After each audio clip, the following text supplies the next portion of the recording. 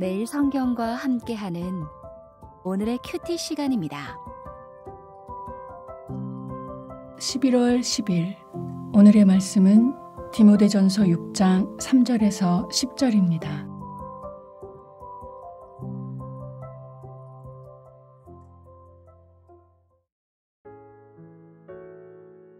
누구든지 다른 교훈을 하며 바른 말, 곧 우리 주 예수 그리스도의 말씀과 경건에 관한 교훈을 따르지 아니하면 그는 교만하여 아무것도 알지 못하고 변론과 언쟁을 좋아하는 자니 이로써 투기와 분쟁과 비방과 악한 생각이 나며 마음이 부패하여지고 진리를 잃어버려 경건을 이익의 방도로 생각하는 자들의 다툼이 일어나느니라. 그러나 자족하는 마음이 있으면 경건은 큰 이익이 되느니라. 우리가 세상에 아무것도 가지고 온 것이 없음에 또한 아무것도 가지고 가지 못하리니 우리가 먹을 것과 입을 것이 있은즉 족한 줄로 알 것이니라. 부하려 하는 자들은 시험과 올무와 여러 가지 어리석고 해로운 욕심에 떨어지나니 곧 사람으로 파멸과 멸망에 빠지게 하는 것이라. 돈을 사랑함이 일만 악의 뿌리가 되나니 이것을 탐내는 자들은 미혹을 받아 믿음에서 떠나 많은 근심으로써 자기를 찔렀도다.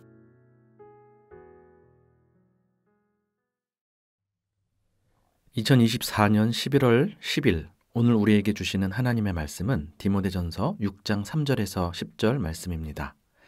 잘 아시는 대로 디모데전서는 에베소 교회의 지도자인 디모데에게 바울이 쓴 목회서신으로서 하나님의 집인 교회를 위한 여러 권면이 담겨 있습니다. 주로 교회 구성원들에 대한 권면과 거짓 가르침과 관련한 권면이 반복되어서 나타나는데요. 교회의 영적 건강을 위해서 이 두 축은 굉장히 중요한 부분입니다. 즉, 바른 가르침이 있어야 바른 성도가 세워지는 동시에 바른 성도가 세워져야 바른 가르침을 수호할 수 있기 때문입니다. 디모데전서 5장에서부터의 흐름도 마찬가지입니다. 바울은 5장에서 교회 여러 구성원들에 대한 권면을 하였고 오늘 본문인 6장에서는 다시 거짓 가르침에 관하여 권면하고 있습니다. 먼저 3절에서 5절은 거짓 가르침, 즉 다른 교훈을 하는 자들과 관련한 말씀입니다. 3절을 다시 읽어보겠습니다. 누구든지 다른 교훈을 하며 바른 말, 곧 우리 주 예수 그리스도의 말씀과 경건에 관한 교훈을 따르지 아니하면, 이 구절에서는 다른 교훈과 바른 교훈이 대조되고 있습니다. 바른 교훈은 예수 그리스도의 말씀과 경건에 관한 교훈이라고 말씀하고 있습니다. 예수 그리스도와 경건, 이 두 가지가 핵심입니다. 예수 그리스도의 구원 사역과 그분의 가르침인 복음이 바른 교훈의 내용이라면 경건은 바른 교훈에 머무는 삶에 나타나는 결과라고 할 수 있습니다. 교회가 영적으로 바로 서려면 이 두 가지가 필요합니다. 가르치는 내용과 그 결과가 모두 참여해야 하는 것이죠. 특히 오늘 본문에서는 거짓 교훈의 결과와 영향력에 주목하고 있습니다. 거짓 교훈에 빠진 사람들의 특징이 나열되는데요. 먼저 자기 자신과 관련하여서는 교만으로 특징됩니다. 그래서 아무것도 모르면서 변론과 언쟁을 통해 자기 자신을 높이는 데 집중되어 있습니다. 오늘날로 말하면 나르시스트와 비슷한 모습 같습니다.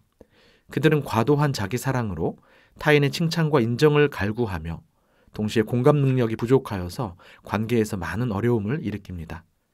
그래서 투기와 분쟁과 비방과 악한 생각, 그리고 다툼의 모습을 보입니다. 결국 교회를 분열시키는 결과들로 나타나는 것이죠. 마지막에 표현된 다투는 자에 대한 설명을 보면 이들은 마음이 부패하여지고 진리를 잃어버렸다고 합니다. 무섭습니다. 진리가 없던 사람들이 아니라 진리를 가지고 있다가 잃어버렸다는 표현입니다. 어떻게 해야 진리를 잃어버릴 수 있을까요? 경건을 이익의 방도로 생각하기 때문이라고 합니다. 즉, 탐심이 복음보다 우선하게 되면서 복음이 변질되고 사라지게 되는 것이죠. 우리 역시 바른 교훈, 즉 바른 복음을 잘 알고 잘 따르고 있는지 돌아봐야 할 것입니다. 교만과 다툼, 이것은 복음이 없거나 복음이 약해질 때 나타나는 현상입니다. 예수 그리스도의 복음에 천착한 사람들은 자기 사랑에서 벗어나 하나님과 이웃을 사랑하는 삶을 지향하게 되지만 이러한 복음에서 멀어질 때엔 교만해지고 다툼을 일으킬 수밖에 없는 것입니다. 이어지는 6절에서 10절 말씀은 참된 경건에 대한 말씀입니다. 압달락과 대조를 이룹니다.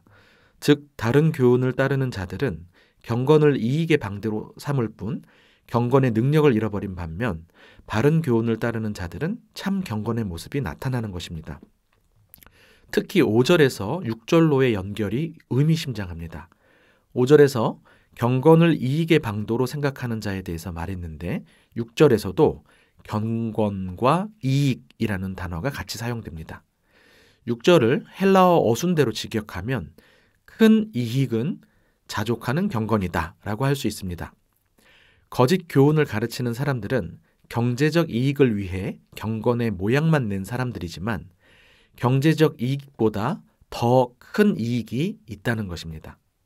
아마도 여기서 말하는 큰 이익은 내일 묵상할 본문인 6장 12절에 나오는 영생, 그리고 부한자들에게 명하는 19절의 말씀처럼 장래에 자기를 위하여 좋은 터를 쌓아 참된 생명을 취하는 것과 관련할 것입니다. 진짜 이익, 더 크고 위대한 복에 집중하는 사람은 자족이 있는 경건의 능력이 나타납니다. 이 세상을 전부로 아는 사람들은 이 세상에서 좀 더 잘 살고 좀 더 부해지려는 욕망에 따라 살아가지만 바른 교훈을 따르는 사람들은 7절 말씀처럼 어차피 우리가 죽을 때에 하나도 가지고 가지 못할 부질없는 것들임을 알고 영원한 생명을 바라보며 재물이 아니라 하나님께 소망을 두며 살아가는 사람들이기 때문입니다. 사실 돈은 가치 중립적인 것이죠. 그런데 성경에서는 돈의 문제를 심각하게 다룹니다. 10절 말씀을 보면 돈을 사랑함이 일만 악의 뿌리가 되고 이것을 탐내는 자들이 미혹을 받아 믿음에서 떠나 많은 근심으로 고통받는다고 합니다. 예수님도 하나님과 재물을 겸하여 섬길 수 없다고 하셨습니다. 왜 이렇게 돈을 심각하게 다룰까요? 우리를 보호해주고 풍요롭게 해주고 행복하게 해주는 힘이 있다고 생각하기 때문입니다. 결국 돈이 하나님의 자리를 대체하기 쉽기 때문이죠. 어떤 분이 믿음에 관하여 다음과 같이 말한 것이 인상적이었습니다. 돈 없이는 살 수 없다는 믿음을 깨고 사는 것이 진짜 믿음이다. 사도 바울은 사람을 두 분류로 나누어서 설명합니다. 자족하는 자, 그리고 부하려 하는 자입니다. 경건한 삶을 바라는 크리스천은 참 많은데 이거 큰일입니다. 나는 정말 경건한 사람입니까? 그리고 돈의 힘을 거부하기 위해 자족할 수 있어야 하고 자족하는 것 자체가 경건이기도 합니다. 참고로 자족은 현실 안주와는 다릅니다. 현실 안주는 현 상태가 만족스러워 변화나 성장을 두려워하고 현 상태에 머무르려는 수동적인 태도이지만 자족은 하나님의 공급하심을 신뢰하고 하나님 주신 것에 감사하면서 하나님의 인도하심을 기대하는 능동적인 태도입니다. 빌립보서 4장의 바울처럼 우리가 어떠한 형편에 처하든 자족하기를 배워 비천하거나 풍부에 처할 줄 아는 일체의 비결을 능력으로 받기를 구합니다.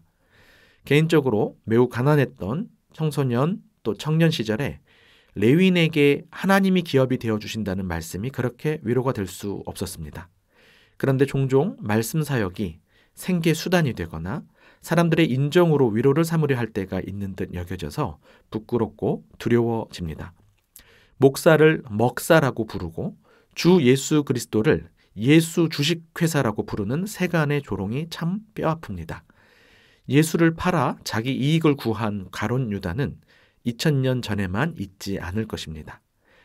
경건을 이익의 도구로 삼지 않고 더 큰 이익인 경건 자체를 목적으로 삼고 사는 오늘 하루 되기를 바랍니다.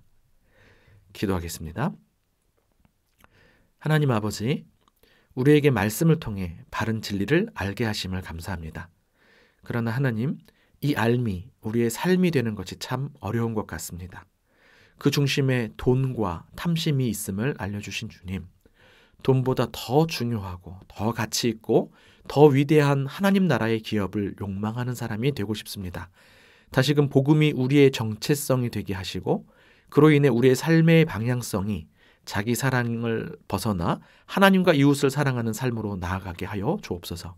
주 예수 그리스도의 이름으로 기도합니다. 아멘.